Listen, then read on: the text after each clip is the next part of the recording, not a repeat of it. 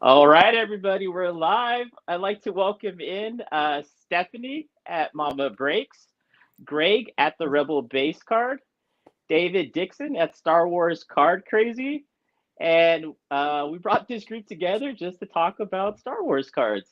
So I wanted to do like a round table with everybody. Everybody could just kind of introduce themselves, who they are, what they do, and we'll start from there. So who wants to take it first?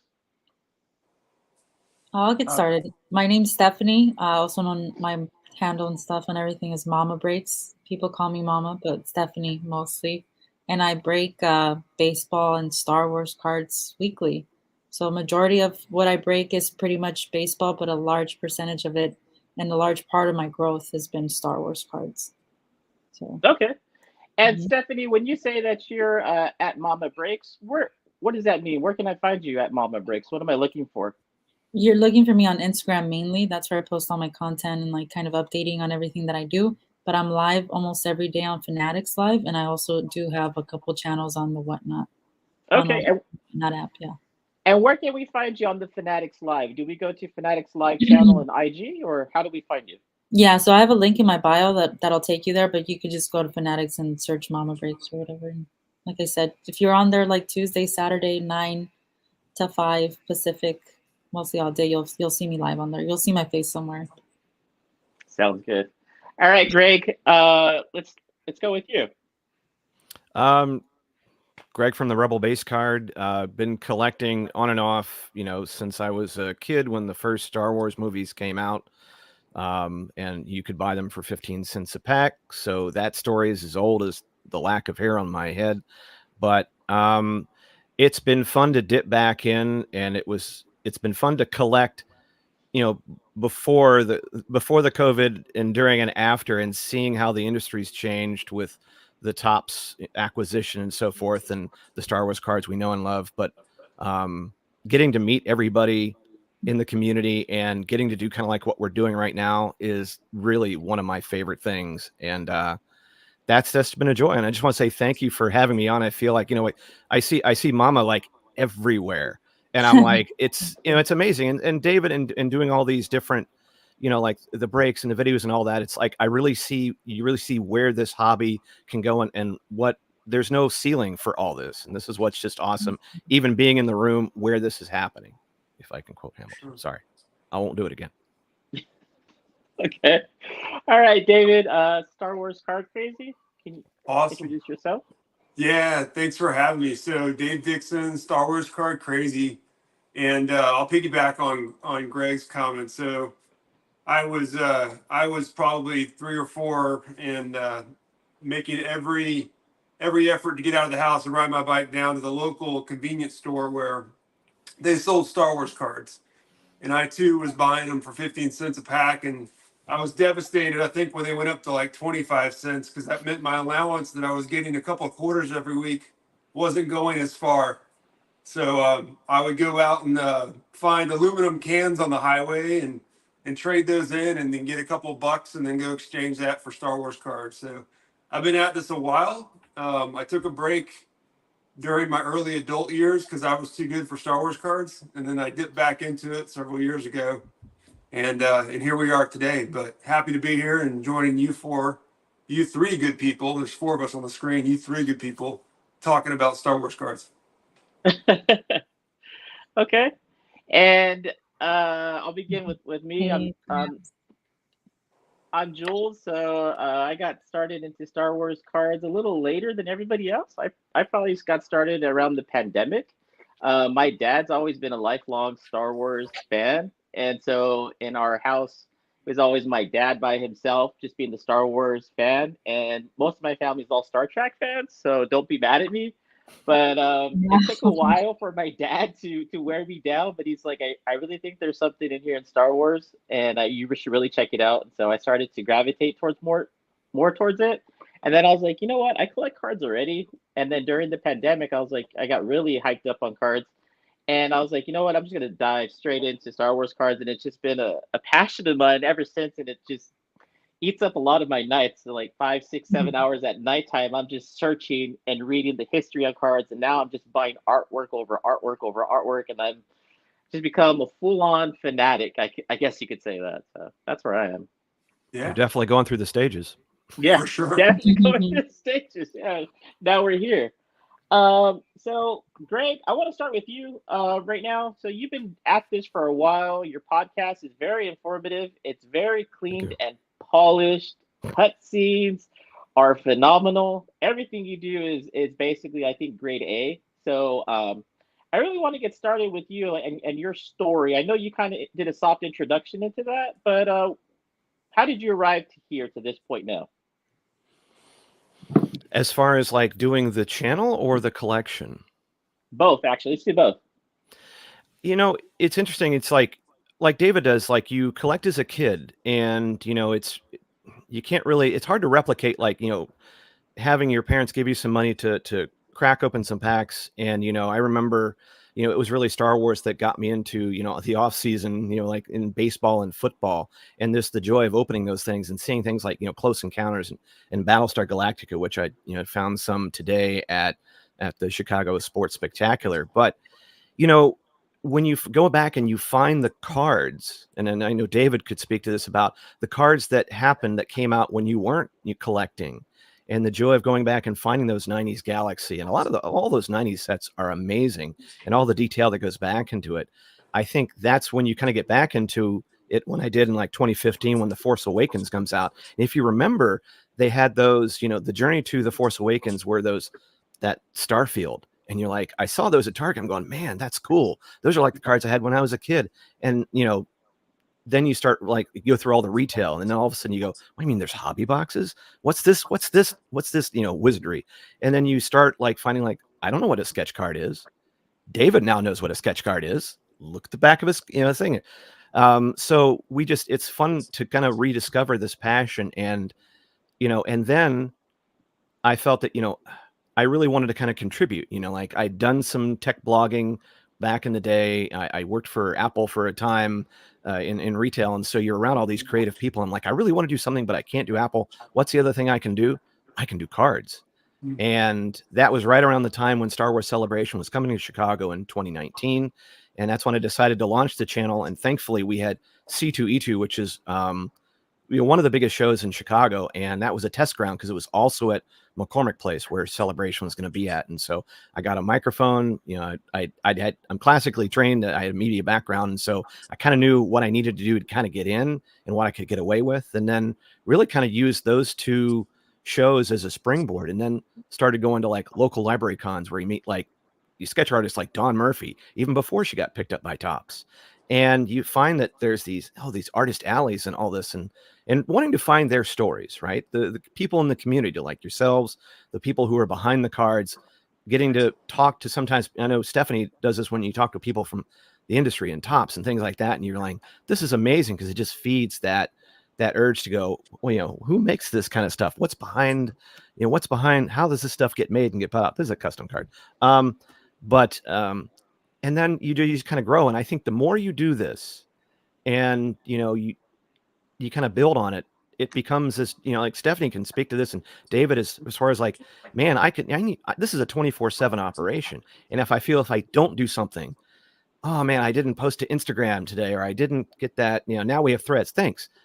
there's nothing I have to copy paste, put into, or tag, or I should be doing, you know, YouTube or TikTok or all this kind of stuff.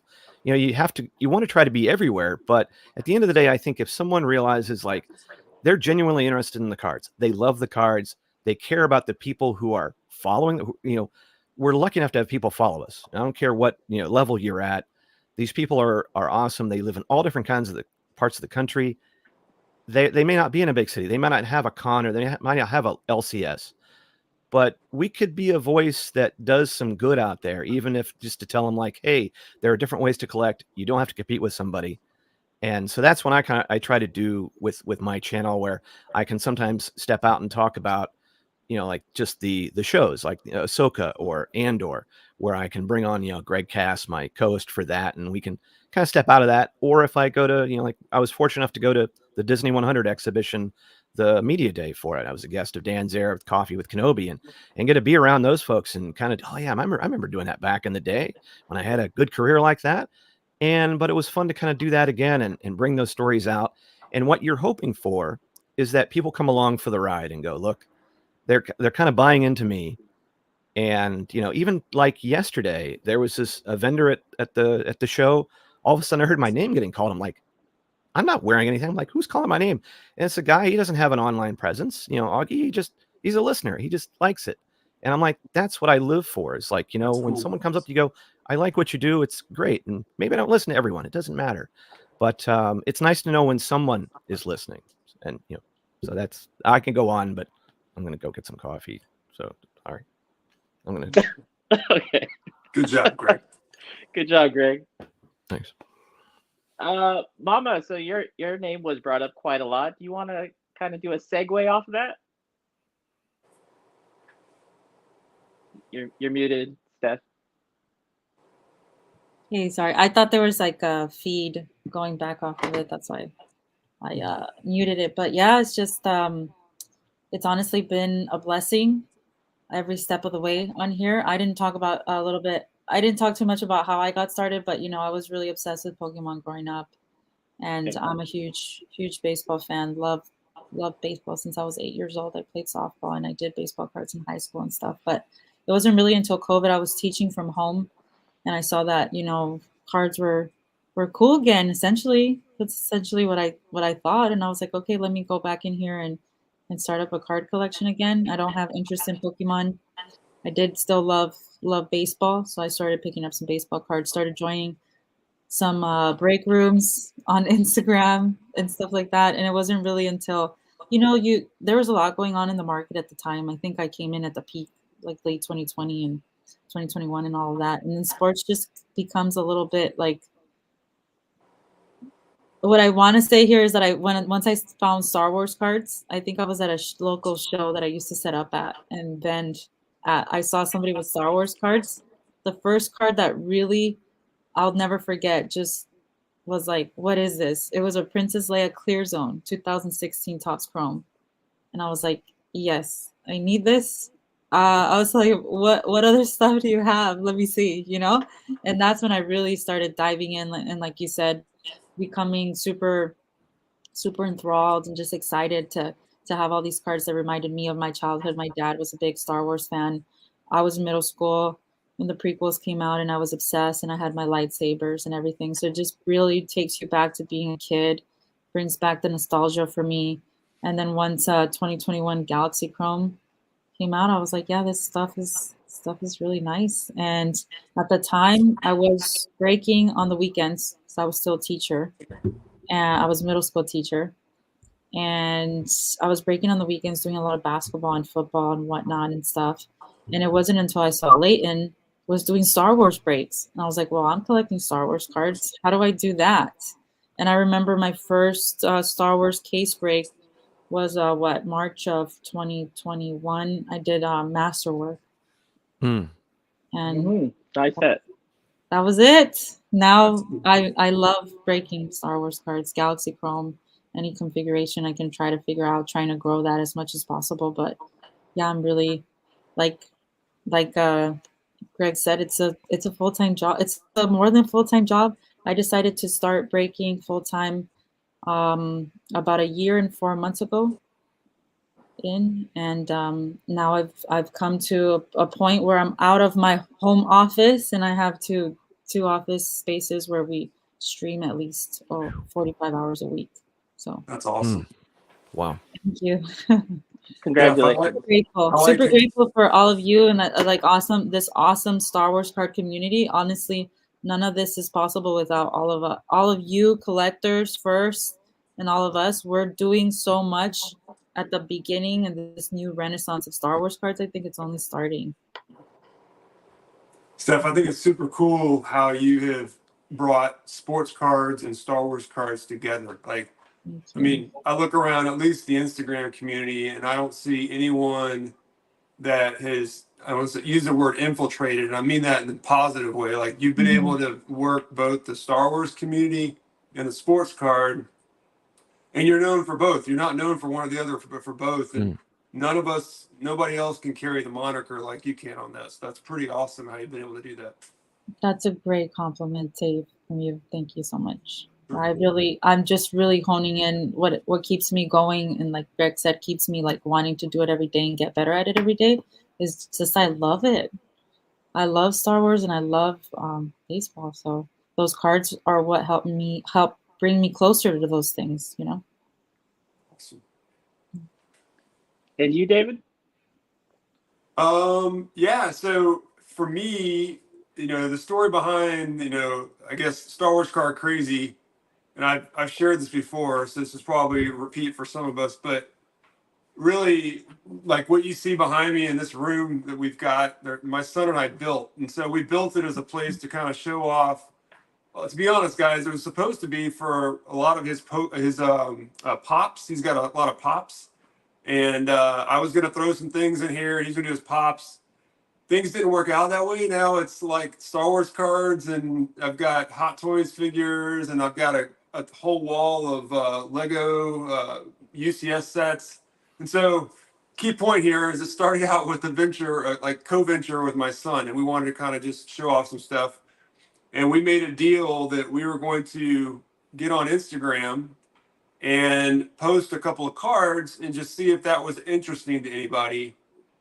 And then if it is or was, then we do it for a few more days and just kind of see how that went.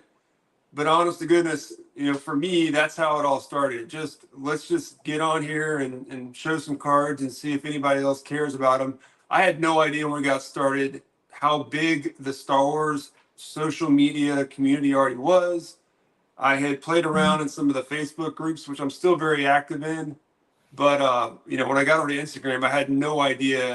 And for me, and I think both Greg and Stephanie touched on this, but it feels very family oriented on Instagram. And I feel like I even though I've never physically met anyone other than virtual here, but we're chatting all the time, and I feel a lot like we're already family. Just the Instagram group. And Julian, you've done a great job of bringing us all together with your, you've got an active chat going with, I don't know how many people now, what, 25, 30 accounts in a chat, give or I take? think I think last time we checked, it was probably around 45 plus right now. Oh my Wow. gosh. So yeah, Nice. but you've kind of continued that family feeling, right? You've got us all, in this working chat where people can come in with questions or talk about a card or ask a question about a card. So I really appreciate that. And so for me, Star Wars Card Crazy has definitely evolved from let me just show a couple of cards to trying to be more oriented with the community, the Instagram community. And obviously, for the last, I don't know, 4, 5, 6 months, we've been trying to put out more how-tos or helpful, content and that kind of thing. So I still love to show up my cards, but I'm trying to also give back. I feel, Greg, I think said this, I think Stephanie did too, but we're thankful for everybody who's a follower, and we appreciate every one of our followers. And so I think it's cool that we can give back by showing our followers how to do this, that, and the other with card collecting. There's so many different things we could talk about and explore. And for me, it's been very rewarding just trying to put together some carousels. And if I can help, 5 people, then, check the box, win, victory, right? And so I'm now feeling like at this point for my channel, it's as much about showing off a card or two. It's as much now about just trying to help people out and and learn too. I'm still learning. Like I know I probably come out to be the Star Wars card crazy guy who knows everything, but I promise you, like Greg probably knows 20 times more vintage than I do. And what I've learned from Galaxy, I've learned like the rest of you just through trial and error and just exploring and playing around with the cards and reading up on them. Stephanie's got this ridiculously long sketch artist, spreadsheet that I thought would be impossible to put together, but she did it. I'm like, holy crap, this is like amazing. So anyway, I'll wrap up by saying I feel like Instagram has become very family oriented in the Star Wars card community, and everybody on this call has played their part in trying to bring everybody together and just continue that community, that family feature, if you will, about the Instagram. So I don't know. I'll stop there. Hey, that was a good point to stop at. That was really nice. It's kind of hard to pivot off of you, David. You you brought a lot of heat right there, but I'll try my best. So again, I got into card collecting in about 2021 during the peak of the pandemic. I was at home. I was roughing through some cards. I was like, hey, these are kind of cool. Let me just go and take a look at, how the cards are doing now, what they are. Um, During the peak pandemic, right before my dad, he gave me a present, and it was a Star Wars box. Right inside of that Star Wars box was my dad's. He had bought me this collection of Star Wars watches, and on one of the Mm. watches, he said, "Son, hopefully you can carve out some more time for me." Right? He gave that to me as his last present. Right? And my dad was a big Vader fan. So then he had a stroke, and then several of the strokes beyond that, and he kind of never was the same ever again. But I kind of feel that like that was my dad kind of sending me a message. So I kind of got into like, I'm gonna sit down, watch all the Star Wars films again, try to see what my dad was, loving about it. And then I started to grow more and more loving Star Wars. And then I started to love the lore. Then I started to read up on the lore. And then I started to fall asleep listening to people talking about the lore and the comic books. And then I was like, okay, this is just getting insane. And then one of the last memories that I have with my dad when he was still very much present inside of his, his mind, very cognitive, was that he had a Vader shirt, right? And so I was like, Dad, like I just have to go and be a Vader fan. Like there's just no way around it. And then fast forward, Brian, Marvel Cards Up, recommends to me watch Clone Wars, watch Rebels. And I was like, those cartoon shows? And he's like, yeah, go on ahead and do that. And I was like, okay. So I started and I did that whole hard grind. And by the end, I was like, I'm a fan for life. Like there's no turning back. I was like, I'm all in. So since Yeah. then, I've just been buying Star Wars cards, Star Wars. And how that arrived to this point is basically like you, Greg, like me, just kind of lurking on your channel on IG. I was checking out what you were doing. I was listening to your podcast. I might be working, right? So I'm just typing away, working, but I'm listening to you. And then for you, David, I was like driving home from work, and every time you'd be like, "Hey, your collection," I was like, "Yeah, I'm just listening. I'm learning about sets. I'm trying to find out more. Like, what set should I be going after? What's the newest set? How what are the variations? What are the checklists?" And it's just been a joy thus far seeing you two. And then that also brings me into Stephanie, which I actually met at Delmar, and I'm gonna go into this little story a little bit because it kind of hurts. It hurts just a little bit. Just bear with me, right? So we're going into Delmar. It's my first card show at Delmar, specifically going there for Star Wars cards. I drive up. We're trying to find a parking space, right? So we finally find one. We go. We think we could just kind of walk in and pay, and the person's like, "No, you have to like take out like I forgot how they either their machine wasn't working or I had to take out cash, but something held me up." So fast forward, we pay, we go in. The first person I see is Stephanie. And Stephanie has the biggest like grin across her face. And she's just like just in awe. And so I walk up, my girl and I, we introduce ourselves. And she goes, "You'll never believe this." And I go, "Believe what?" She says, "Somebody just bought a pack for me and pulled the 101 Darth Vader." Mhm.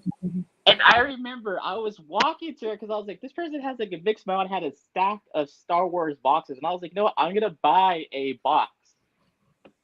I missed it by like 2 minutes. And she's like, "No, look." And then I remember them just showing the Darth Vader right in front of me. And I was so upset, but also happy for that person. I'm so happy for you for the other person. But that was kind of my introduction to Stephanie. And then I just remember talking to Stephanie, my girl, and I had a really good feeling about her. She was very polite. And she's like, "Hey, I think what you're doing with Star Wars, like doing those reels, is awesome. I'll follow your channel." And I was like, you know what? That is so embracing. So I really just want to say that the whole Star Wars card community is really embracing. Like you could tell it's really like a family, Yeah. and the people who aren't, I would say family oriented, that try to act more like a Sith, you can kind of sniff them out because they'll show themselves. Like eventually, they'll show themselves who they are. And I just want to say that like everybody in this room has always been like a very positive individual, especially when I'm asking any of you questions. you've always made yourself available, even if it's just not immediately answer my question. You've always come back and circle, hey, did I answer your question? Hey, we're coming out with this. Hey, you know what? I really believe this. And I know all your schedules are filled up because you have day jobs. You probably have, kids, family, work. But I just really want to say that you've all been very welcoming, very inviting, and you've helped me build my collection, not only physically the cards, but actually like a collection of just memories of positive memories with Star Wars cards. So I think for me, going forward as I collect, it's just going to be nothing but more positive memories that I'm going to get to collect. So thank you. That's cool. Hey, Great Julian, story. was that card the Vader? That was the portrait, right, Steph? The Galaxy 2022 portrait. As soon as I saw the 2022 Galaxy Chrome set, the checklist come out right before it released, I was like, boom, baby, boom. These are huge. And all I did was want to pull one so bad, the Superfractor. And I was like, I just need to pull one. I don't care which one it is. I need to pull a Superfractor portrait. And somebody came up to me, had never bought cards in her life before, was Yep. there with her boyfriend, first card show ever, just had a baby. She was there for Star Wars collectibles. She had bought in a Princess Leia Funko Pop. And I was like, whoa, have you ever tried Star Wars cards? She's like, never. Didn't know they existed. So I gave her a free pack of I think I had what was it at the time? Like Book of Boba Fett packs. I was just giving to everyone for free. Yep. She pulled a real cool, maybe like a blue border, I think Luke with Grogu on him. And she was like, that's awesome. So do you have more of these? And I was like, yeah, I have Galaxy. And she told her boyfriend, she was like, she saw a bunch of Galaxy Chrome cards in my case. And she goes, I want some of those cards. Like she was looking at I want the good stuff, So I was telling her, oh, you could buy a pack for $20 here. And it seems ridiculous, right? A pack of $20 for 4 cards. But that's what those things cost. And wow. Yeah, Greg and I want to go back to the 15-cent days from the 70s. Yeah. But I mean, if you could pull a $26,000 card out of it. It's funny you say that because that card is now sitting with Steve Aoki, right? Mm-hmm. That's crazy. He's also a big fan of the portraits. He has the Luke and the Yoda, but he said he's done. But now I want one. So I'm sad they didn't make the Leia. Mm-hmm. I hope they put her in a set in the future, even though it's going to be weird to me because I think I don't know if they make the black border again for Galaxy. Mm-hmm. I kind of like leaving it for 22, but maybe when the Boba or the Han gets pulled, try to go after it. That'd be cool. I think it's important though that the nice thing is seeing and David and I have talked about where the Galaxy brand has kind of come from in the 90s to where it is now. And I love the fact that it's important now because it celebrates art. And even talking to some of the folks for David and I, we might go back to a time where Star Wars cards were only stills from movies or eventually the TV shows. And you're seeing the collectors, they're interested, some of these collectors are interested in the art cards, sketch cards, or give me something that is a one of one. Give me something that is unique that I have the ability to pull the only one. And what that hopefully says to companies like Topps or Upper Deck or anybody else making them going, go outside the box. Think of creative things that you can put inside a pack. And yes, it could cost $20. It could cost, a couple bucks, or it could be something where it's a 1-pack, 1-box deal. But you can scale that for all different kinds of collectors. But give me something exciting to chase. For me, I'm fine with base. And, another collector in the group, Francis, was able to help me nearly finish out the base set for 2022. And, David, we talked about where the opportunities that they could have done with that. And maybe they fell short. But at the very least, when I look back and I see all of the 2022 base and I can compare it to the others, I'm like, there's a story in each of these sets that it's interesting. And when you see going into next time and when, Stephanie is, breaking boxes and talking about two folks who might be collecting going, this is what, I'm seeing. And now that I have seen this and now that I've seen some of these things and I'm excited, now I can tell you about it and I can say, look, if you're interested, this is what it is. And, even though, sometimes we like to see new sets that we haven't seen yet. I like some of these brands, the finest Galaxy Chrome, even another new flagship going, let's get something that gives us some, there's a floor, that there is a consistency to it, but also get creative in what you put in it. and that way it doesn't feel like you're just going through the motions, and that keeps the collectors excited. That keeps mama at her office. We want to make sure you're like, we want to give you something to do, so that way because we're such a small part of the whole card market, hey, there's some exciting stuff happening over in Star Wars. And it can be at many different levels, whether you're just buying a blaster at, you're buying one of these at Walmart and Target. Great. That's awesome. You're going to love it. Maybe there's some exclusive, inserts that are just in the blasters, and that's awesome. Or there's something going, hey, look, if you want to put a little skin in the game, let's do it. And that gives you something that you can put up. You can get a shelf like David, and you can go, you know what? Yeah, this card is worth enough. That's going on that shelf. No, it's not going in a binder. No, it's not going that. It's going up there because you know what? That could pay for somebody's college. One of these days, maybe. It's funny. It's funny you pulled up that blaster. Oh, sorry, Steph. Go ahead. No, I was just. Go ahead. Yeah, it's funny you pulled up the blaster box because I still need. I don't know if that's black or purple wave, but I'm down to needing 6 black waves, Greg. I don't know what you got there. Is that perp? I can't read. That's too far. I'm old, man. Oh, 2 purple wave parallels guaranteed. Purple. Okay, yeah. I still need 6 black waves to complete my full set. So if it was black, I was going to arm wrestle you for it, but it's purple, so you can keep it. Nice. One of these days, I'll crack it. So earlier I heard, Greg, I heard you talk about collecting and how to collect. And I think I heard Stephanie, her collection getting bigger. And David, obviously, his collection is pretty big. For a lot of our viewers here, I don't want to say particularly like how somebody should collect, but if you're barely starting out in the hobby and you're starting to collect Star Wars cards, what would be some pointers that you would give to somebody barely starting out? The thing I tell people, and I'm a very just character-based collector, so I like to choose my favorite characters and find their best cards, what I think are their best cards, and kind of go after those. And that's always going to be subjective.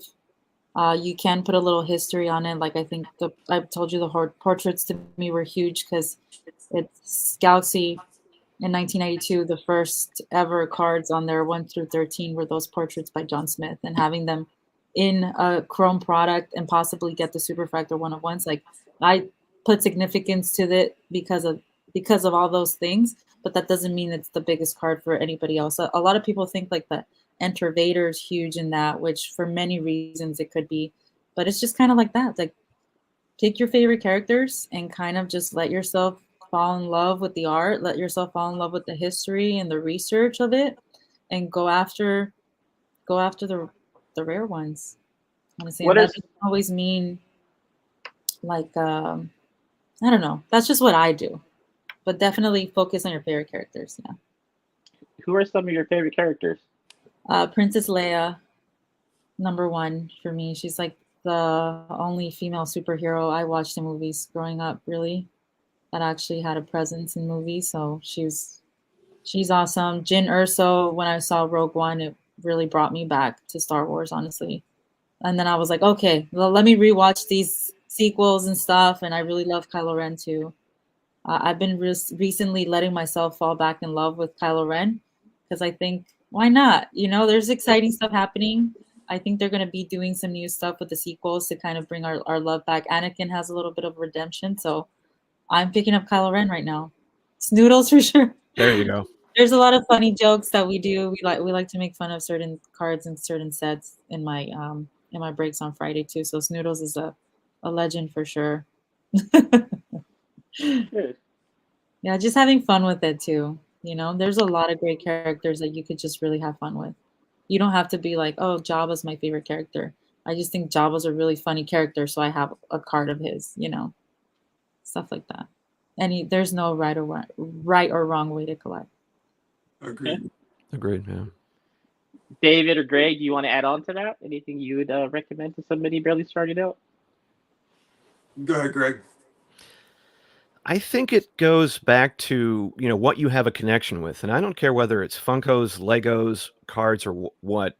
If you have an emotional attachment to something, you were talking about, Jules, about something that you shared between you and your father, or something that you took your kids to, or you remember as a kid. And I think that's why I kind of go back to, I've always said one of my favorite cards is the Princess Leia from the Wonder Bread set from '77. I don't have that here, but today I was able to get the Battlestar Galactica Wonder Bread cards. Sal Cool. over at Puck Junk had at his table, he had the whole set, and I'm like, it's coming home, because these were in a loaf of bread, like one card in a loaf of bread. And I remember I was like my mom, getting loaves of bread, and we got all Princess Leia's, and it was the only card I had from that set for years until I put it together. And I would say, like I could sell off the rest, but that's the card that I want to keep. To me, that's the most important, is because it's a connection with me and my mom going, I remember her buying that. I remember getting it. And, when you're a set builder, it's like, I have to have all of them. I don't know why I still have it. I threw away a lot of cards as a kid, baseball, football, some of the other non-sport that now I'm paying the price. The stickers, yeah, I'm paying the price for putting them back together. But I think you should have a connection with it. And, for me getting back in, like you're making a Target run, you're making a Walmart run, like adults do. And it's fun to kind of pick them up. Blasters are in some ways kind of the new packs, because this is the packaging. If you're lucky enough, and Star Wars did have retail that were in packs, it's fun. Like, I'm just going to pick it up and kind of open it up, and you don't quite know what you're going to get, which I think is why flagship, I think, is something I'm keeping an eye on as something that's important, because it is what is today, right? It had a lot of, of the modern story, the TV show characters in it, but it had some classic characters in it, and it's a good starting point. But what I worry about sometimes is not the fact that they make expensive cards, is that people dive into this hobby and they're chasing something. And like, I think you need to make sure to ask yourself, why am I getting this? If I want to do what Stephanie does, then let's go for it. I want to get it. I want to have some fun doing breaks and kind of build that community. But if I'm buying to try to chase like day trading or something like that, or I'm just trying to flip, I'm like, just do your research, because and pay attention to David's reels and carousels, because it's like you could get behind in a hurry, and all of a sudden something that you should be loving is going to really put you over the barrel. And so, one, it should be fun, but if you want to take it to other levels, do what David says all the time. He's like, do your research, please do your research. And if you have questions, find your groups. There's plenty of Facebook groups and Instagram groups, and even in the ones that I've seen in, I may not be as active, but I do pay attention, and it's fun because they're there to help. Because it is more than just 15 cents a pack, or yes, it's been 40 years since it's been that. But there are cheap ways to collect, and there isn't one way to collect. And I love character collectors because it's something that is completely different from a base collector. I love people going after it, and then they go after sketches, or they go after those one-of-ones, or they try to chase those rainbows. And it's really amazing. But yeah, hobby responsibly. Anthony, great comment on that. Just that's what I worry about. Like, I love getting excited about cards. I love getting people excited about cards. I talked to a gal today. She was buying her first Star Wars cards in Chicago in Rosemont, and I was telling her, like, dude, DM me. I've got a Return of the Jedi set. I think she was trying to buy a couple cards. I'm like, I've got them. Just DM me. I can get one to you. But it's what you don't want to do is someone hurt themselves or go in too deep on it, and then you're like, I always just try to do it responsive, like, look, collect, enjoy, please, and then ask questions. Follow these people who are smarter than me, who do more than me, but and then take care of each other. Find your tribe, please. Man, that's some really good feedback from both Stephanie and Greg, and Greg's humble because he knows, again, as much if not more than any of us combined. So certainly this vintage knowledge for sure. But so Stephanie and Greg both touched on a lot of amazing things, and it might be just a simple overused phrase, but every one of us have said it, and it's true, and that's collect what you love. And I think that's the neat thing about Star Wars cards. And I'd say this about, I'm not a huge Pokemon card guy, but I think Pokemon's the same, and baseball's the same. And, people collect the way they want to collect. And you can do that regardless of the theme.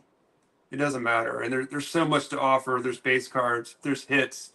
I'm a huge sketch fan. And, like Greg said, and kind of emphasize sketch and 11 sketches. For me, that's one of the things that brought me back into, Star Wars cards in a big way. And I've just, spent ridiculous money on just sketch cards, right? But again, each of us can really find something that we love about Star Wars. And it doesn't have to be the same. Like Stephanie's love of Leia, or, Greg's love of the Wonder Bread Leia. mine of sketches, Julian of the 2021 Chrome, right? I mean, we can all chase and love something differently. But I just want to key on one more thing. Steph and Greg both said this, and I'm a big proponent of it, and I lead with it in a lot of my carousels. And Greg said it, but it's do your research. And so one of the things that I learned through failure, and failure, by the way, failure is a good tool. Don't be afraid to fail, but also try to leverage what other people have learned from failing. So in my failures, I've been on eBay and I didn't take my own advice, and I got on there, and I remember I want to say I paid like $35 for a 2021 refractor, Galaxy refractor that, the very next day I could have bought for, $4, right? And I just didn't know. I got into the Galaxy craze just like everybody else did. I was actually avoiding Galaxy for a while because I just couldn't get into the shininess of it, and then I ended up buying. I bought one of my good friends a Christmas present, and I did some research and got him a Vader refractor from 2021, and it was graded, and I was going to give it to him for Christmas.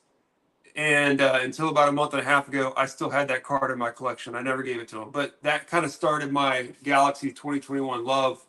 I was hooked on it from there. But my point is, do your research. Make sure you don't do what I did and jump on eBay and start getting trigger happy and clicking buy it now on everything you see.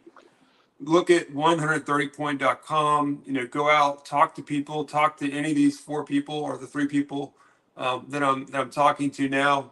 Ask people for their opinion. It's not a crime to send somebody an instant message and ask them how much something's worth.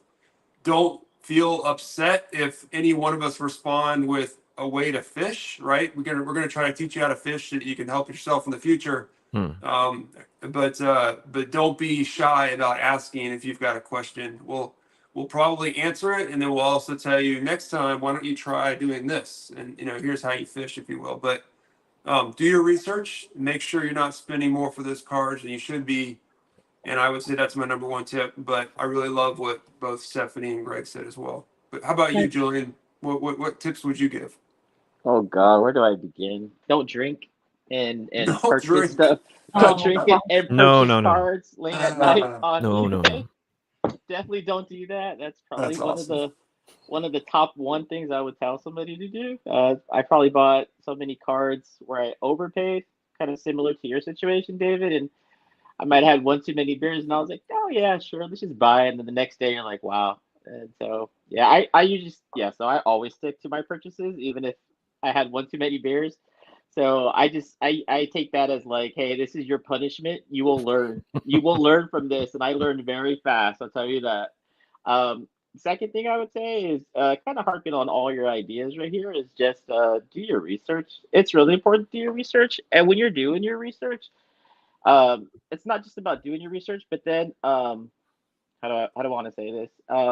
Just check to see what source is giving you that research. Because for me, unfortunately, when I was diving into certain other cards, I didn't know, but it was like a group of people who just bought like a big collection of stuff, and they were just kind of cornering that market, and so I kind of bought into that hype. And so for me, I would say, be optimistic, have a lot of faith in people, but at the same time, be cautiously optimistic. And uh, when you do your own research, you start to feel more confident about what you're purchasing and why you're purchasing that, right? And then most importantly for me, aside from the research, definitely not drinking, is do you feel connected to it, right? So if I were to say tomorrow, or am I gonna say tonight, if you don't make a single dollar off of whatever you purchase, whatever that card is, will you be happy? Mm. And for me, resounding answer all the time is yes. I mean, I'm not going to get into how many cards I have because a lot of my collection is just not even on my IG page because I just feel flooded. But there's a lot of cards that I just have like hidden away, and I'm like, I'm so happy if I never make a dollar off of it, and I know I can flip it for a pretty coin. But for me, I'm connected.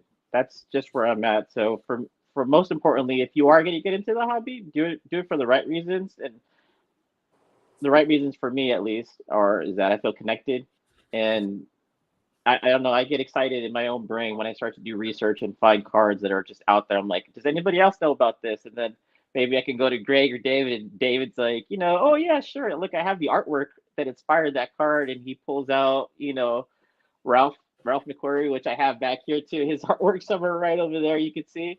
And he's like, yeah, look, I have it all framed up. And I was like, he just had this whole time, and I've been doing research. He's like, yeah, stuff like that. I really feel connected. So yeah, that would be my 3 tips to everybody. Awesome. Yeah. I really like your tip about asking someone, because to this day I always ask someone before I buy something. Always, whether it be Steve, Joe, Boba Joe, David, LA Card Guy. Find your community, find your people, and that you can trust, and you can go back and forth on. And there's been a few deals that I make with people, or purchases that I make, that I feel really comfortable with, because I made sure I checked in with everybody. So Awesome. Right. yeah. Don't drink in bed. Don't drink in bed. Marcy says, don't drink in bed. Okay. Or maybe it's what you drink. If it's whiskey, no. Beer, maybe okay. Well, coffee, because coffee's just as bad. Get you hopped up, going, oh, bye. Right. And then Anthony says, been there. Well, some of the early stuff, if you like Galaxy, Topps made a bunch of stuff back in the 90s, and I've referred to this trade paperback they did, which has full color images of all those cards. And a lot of story behind it as well. And you can find this on eBay. They did this after they did two different versions of this, one for the first and second set. If you want to do some research or just appreciate the art at this level, these are not expensive. These are like $20-$30. And Greg, I think in addition to the amazing spreadsheet that Stephanie has, I think the artists are listed in there as well, right? With the artwork. Yeah. And then even now, the card father, Gary Girani, is doing a new series of books. And this first one, he debuted at the Philly Non-Sport Show. This one is like focusing on the 60s and 70s.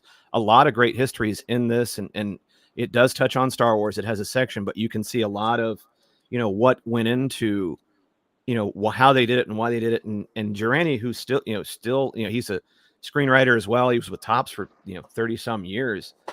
He's a great resource. I eventually will get him on the podcast. I'm like, he is my number one get, because he will tell you the story of everything. And everybody I told to said, if you can get him, he'll just talk your ear off. And I'm like, please call me.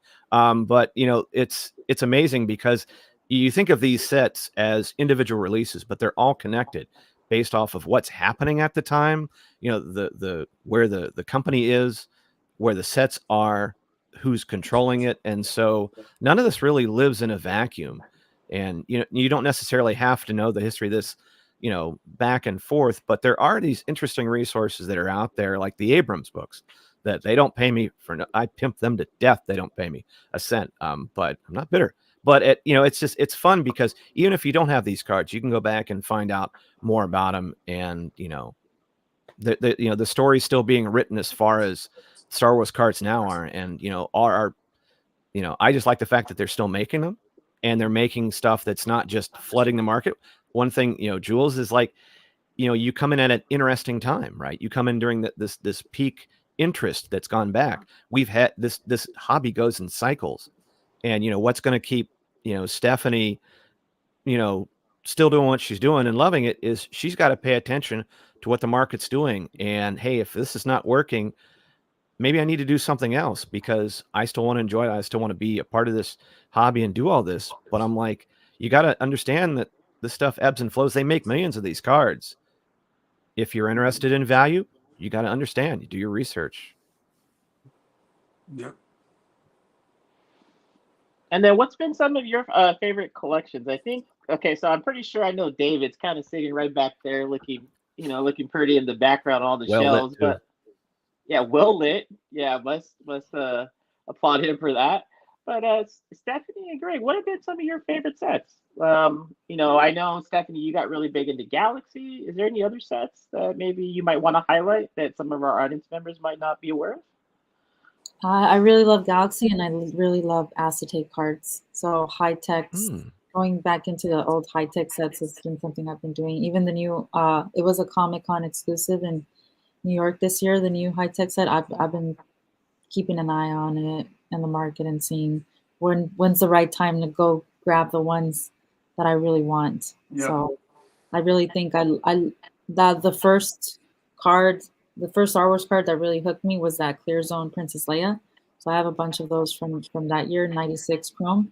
So I just want to go back and kind of like build a little kind of like my story with Star Wars cards with acetate and high tech. So I actually was ripping quite a bit of it and I pulled the printing plate Grogu. And I just think wow. Grogu Wow. I think Grogu's so great because it's what's keeping me connected to Star Wars through my own kids. So Oh, they're 4 and 2 and they love Baby Yoda. So that's I'm cool. Wow. looking forward to picking up more Grogu's too. That's cool. Steph, I'm waiting on I'm doing the same thing with the high tech. There's so many of those that I want to get into, but I keep telling myself they're going to drop, and when they do, I'll probably, hopefully I won't have a drink in my hand when I start buying some. You Get see, ugly that's the quick. thing. There's nothing wrong with being patient. Like, yes, I have my fill. I love to rip. I really feel like, ripping wax and Star Wars wax is really brings me a lot of joy. But like I give myself a budget. I'll say for every set, I'm gonna rip X amount, and whatever I get, I get. If there's stuff that I don't really want, I'm gonna grade and sell to get the stuff that I do really want. So with high tech, that's been the battle for me, kind of just waiting. And also, I think there's a lot to say in just waiting for those right cards to pop up, and hopefully they're auction ending, and then that's part of the game too. That's fun, and it's like then it becomes like, hey, don't tell anybody that I want this card. But then it becomes like, oh, mom is looking at this card. Oh yeah, Steve's looking at this card too. Oh, this person's looking at this card, and Yeah. even that's super fun. So No, and I think you just brought up another beginner's tip for all of us, right? And that's set a budget. I think that's a wonderful idea. Now, whether or not it's attainable or not, it's still a great tip. oh, Break or break not to break. break it a little bit for fun. So, Greg, before we get to this question, because Steph brought up a good point, do you rip or do you just go after singles? Like, for people who are barely beginning in the hobby, I kind of want to touch on that. But Greg, I really want you to touch on what are some of your favorite sets? I think of the modern sets, I really love the black and white runs they did a few years ago because of the imagery was on it was super crisp. A lot of it was uncommon images, and some of those parallels were just absolutely gorgeous.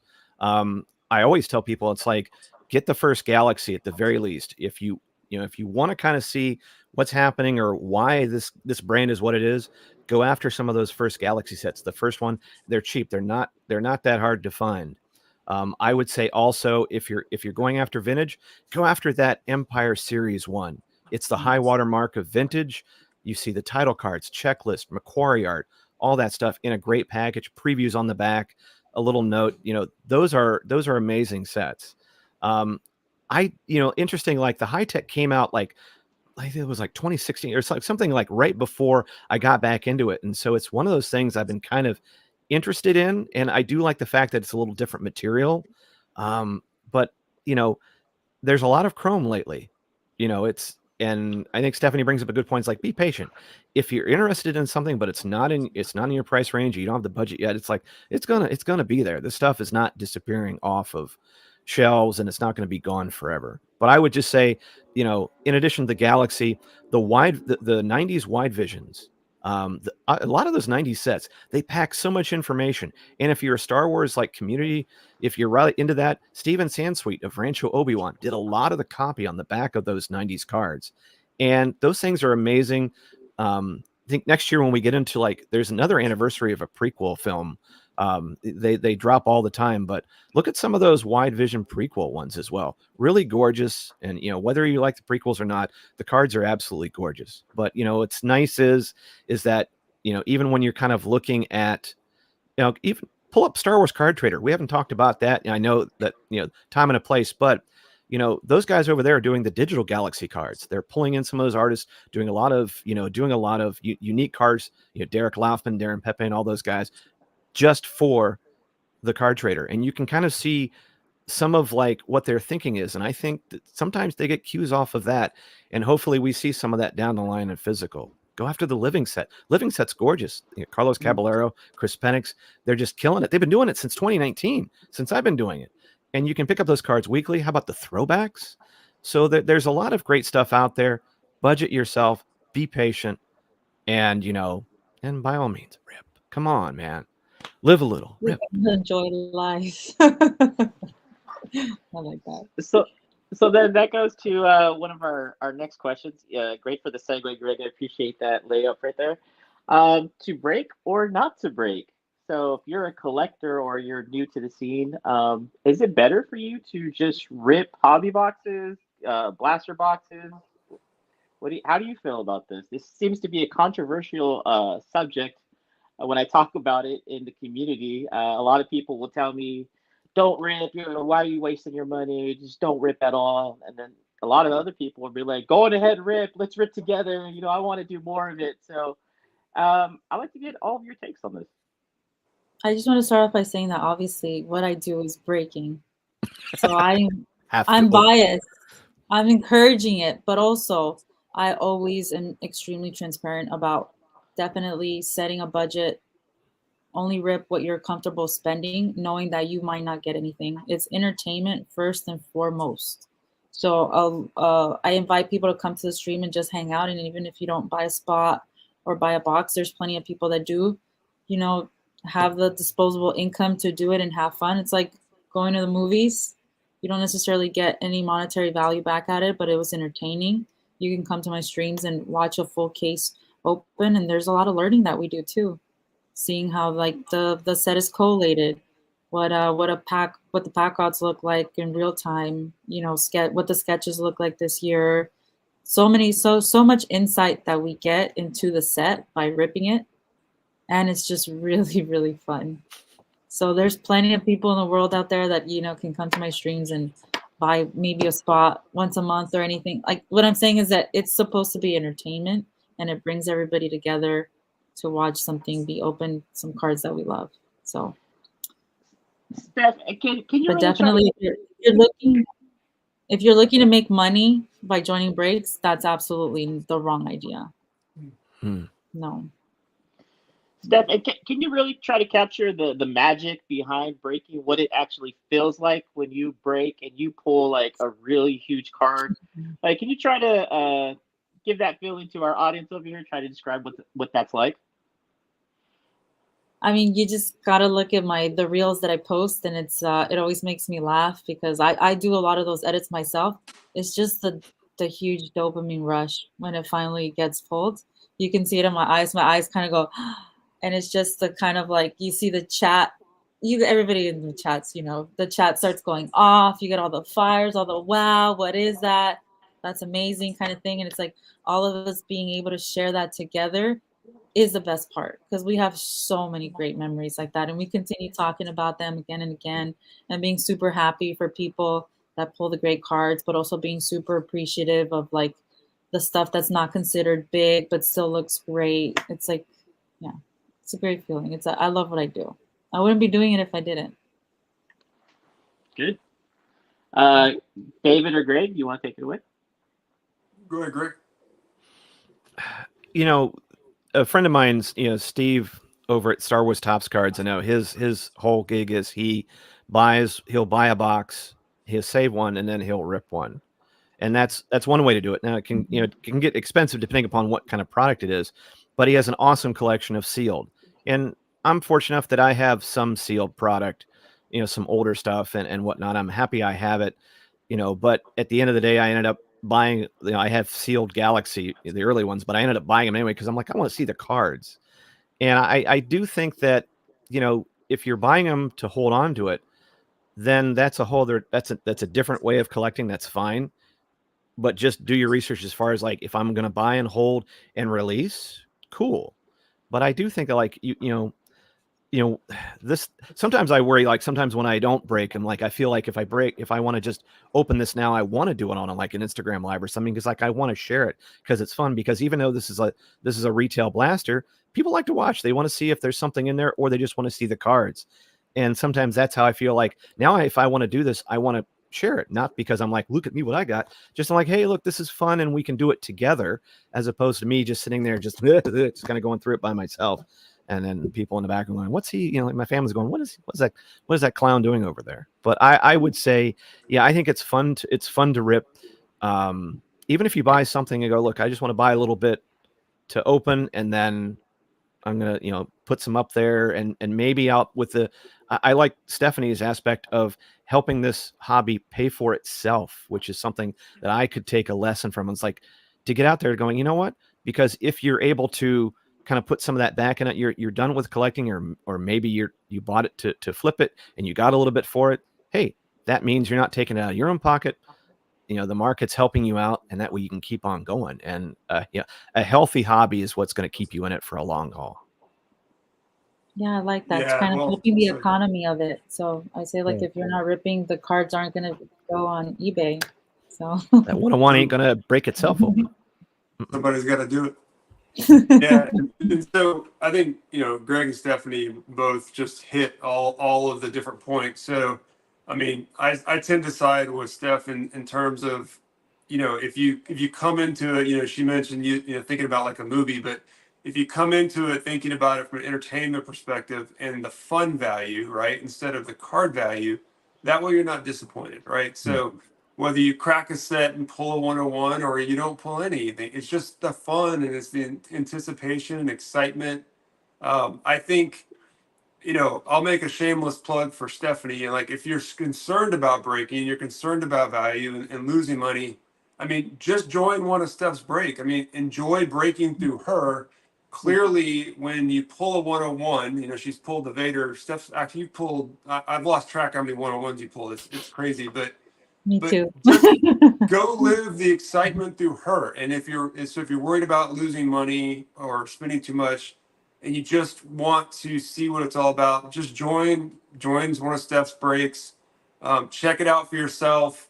Get the same high, that all the rest of us get by just seeing somebody crack a really awesome card, and then just see if it's right for you. If it's not, then don't do it after that. But just go out and check it out and give it a shot before you spend any money. That way it's free. There's no loss, no risk, and then you can maybe have some fun with it. Well, the cool thing about breaking, I figured a way, like Joe and I put our heads together and we made team breaks for Galaxy Chrome. For example, we'll do half case breaks, and not a single team is worth more than a full box. So if you kind of just want to dip your toes into something like that and you get a good chunk of cards and you watch the full case be opened, I think that's a great way to, like you said, just kind of try it out, see the cards for yourself, and then go out and, either buy some more wax to rip if that's what makes you happy, or get the singles online. So Yeah, great point. So for me, what I would say to break or not to break, so I'm an 8. I'm an 8, so I break all the time. So I have like maybe 5-10 boxes of different stuff that's coming to me. I'll probably want to break it on the channel at a different time, and I'll announce that to David, and we can do a whole thing on it. But I love breaking. Just something about breaking. I never go into it thinking, oh, how am I going to recoup my money back, or if I ever going to get any money. I never think about that. That's like so far in the background to me. It's out of sight. But for people, I would say if you are being very budget conscious and you do want to set yourself a budget, just set yourself a healthy budget and say, okay, if I were to break and I don't get anything back of significant value that I can sell maybe later on or quote unquote flip, just know that you'll be content with it. And for me, I'm always content breaking, so I'll try to go after stuff within reason. And yeah, I'm always going to advocate for breaking. I'm always going to advocate to go to David's channel, watch him rip stuff. I'm always going to advocate to go to Mama's channel, watch her just rip the newest stuff, because she always has cases, and she always seems to pull a 101. If it's not me, anybody else will have the luck.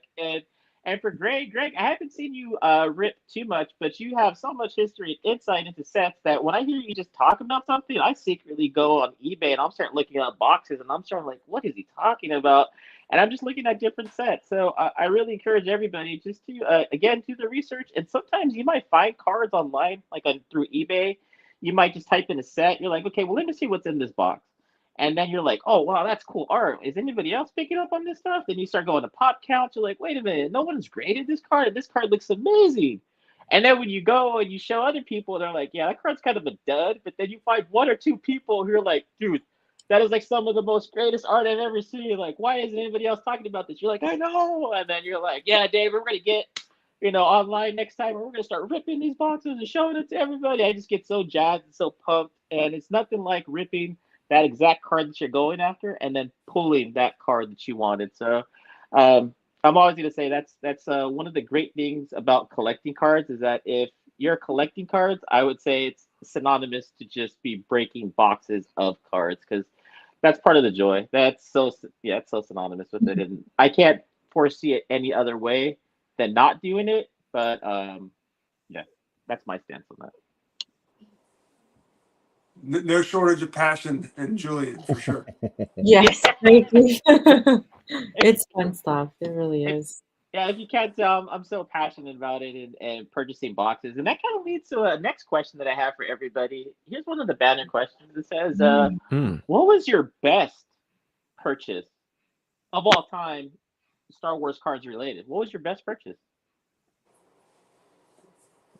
It's an interesting way to say what would you mean by best as far as like most valuable, most, like favorite? It's subjective. It's an open-ended question, and it's really for the person responding how they determine what is their best purchase. So, who wants to kick it off? I'll take it off. Mine's kind of going to be different from everybody then. I have some great cards that I love, like my Princess Focus and Fearless Leia set that I'm working on, some Kylo Ren reds and stuff. And I haven't pulled the trigger on a Super Fractor just yet, just because I'm being very, very picky. But maybe that'll be my favorite purchase in the future. But one thing that stood out to me is like last year for May the 4th, I was like, okay, I've been doing Star Wars for a year now. I really have to go all out and do something something I've never done before. That was kind of scary, honestly. I bought a case of 2021 Galaxy Chrome to break on May the 4th. Now, the thing when you're a breaker and you're getting products like this that are not only super expensive, the market's super volatile. I think I spent close to 10 grand on it. What was with the value of it at that time? And then also deciding how you're going to break it. And then also wondering if it's going to fill or not. And you're actually going to be able to break it or not, or you're going to be stuck with it. So wow. Break or broke. Break or broke. I mean, I took the chance and, we did it. And it was anybody that was there that day, May the 4th last year, I broke Star Wars cards for 13 hours straight. We did about, give or take, I don't know the final number. I don't think I counted, but at least close to 8 cases that day of different product, different years. And we ended up, I'm telling you, it was a struggle to fill that. It's a really expensive case. We ended up breaking it, and it was the best case of 2021 Galaxy Chrome I've ever seen broken in my life. 8 Vaders, 2 or 3 big Padmes, like a great Yoda, great Otto, Rose Tico out of 5, great sketches.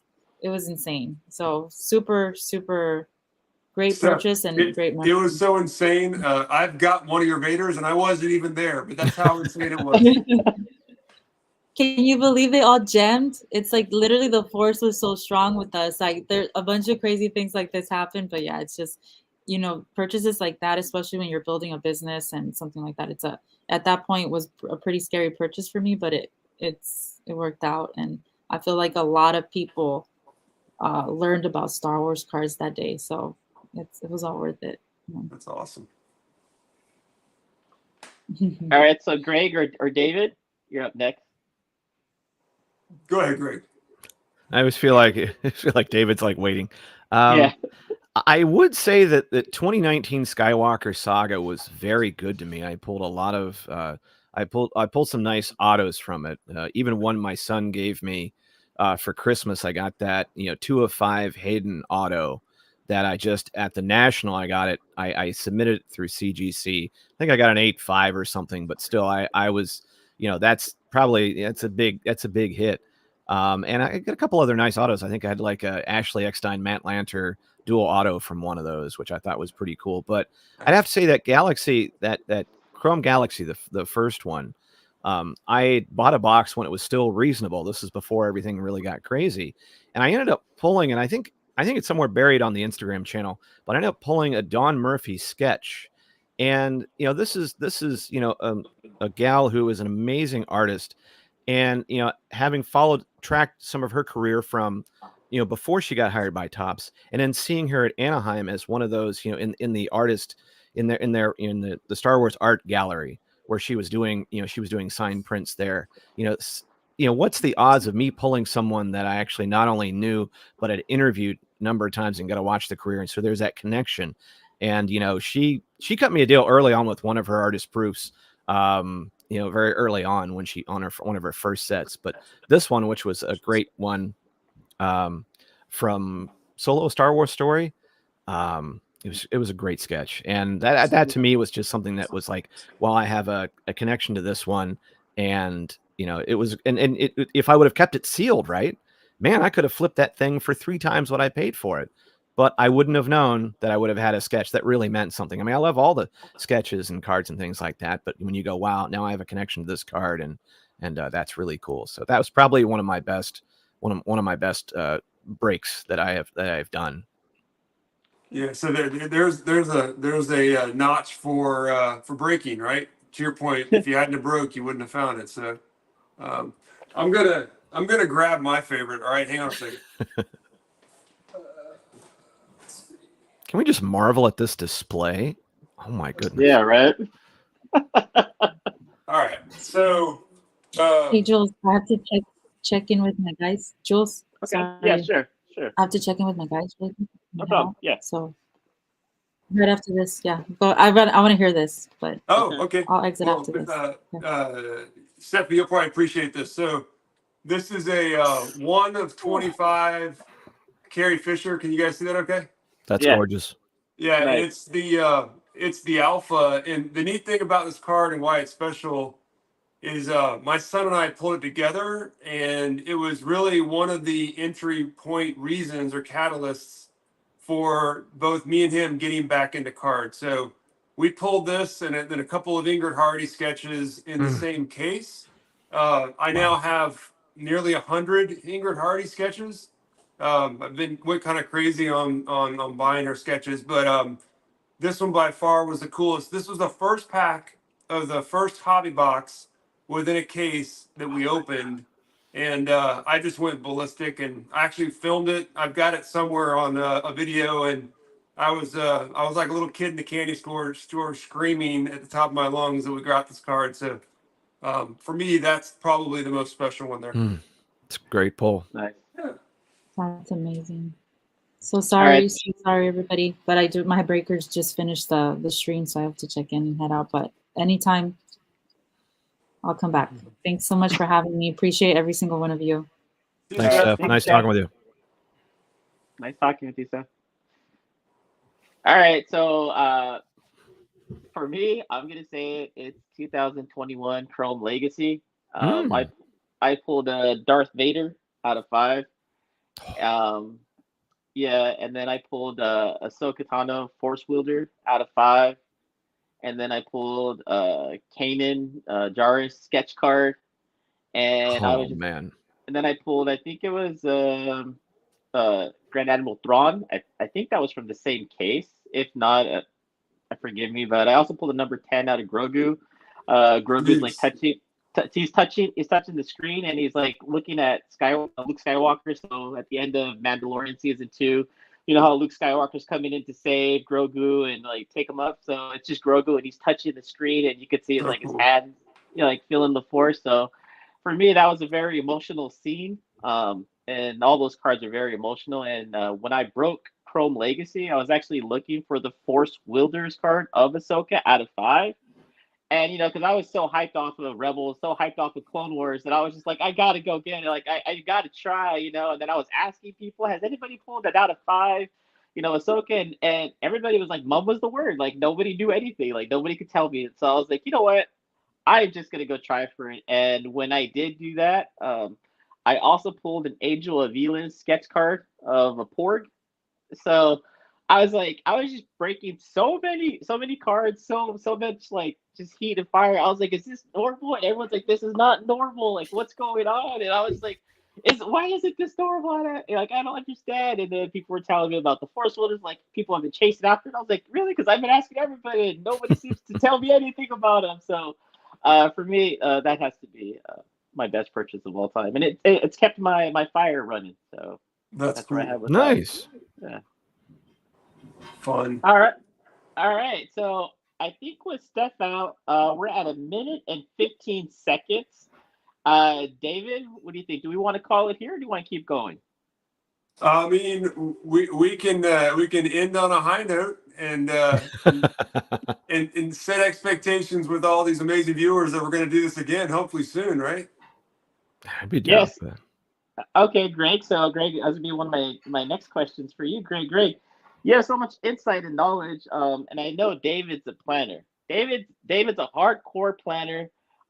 He talks to me all the time about planning stuff. I'm the total opposite of planning. I just kind of go with my gut instinct. I'm like, yeah, we're just gonna, we'll improvise. We're trying to meet you somewhere in the middle, right, Julie? Yeah, Makes sure, sense. sure. Greg, so would you be willing to come with us on another episode? Oh, I'd love to. I mean, I always wonder why people want to sit and listen to me drone on. But I always, as I'm on good authority that my podcast is a good cure for insomnia. So if you're having a hard time going to sleep, just queue up an episode.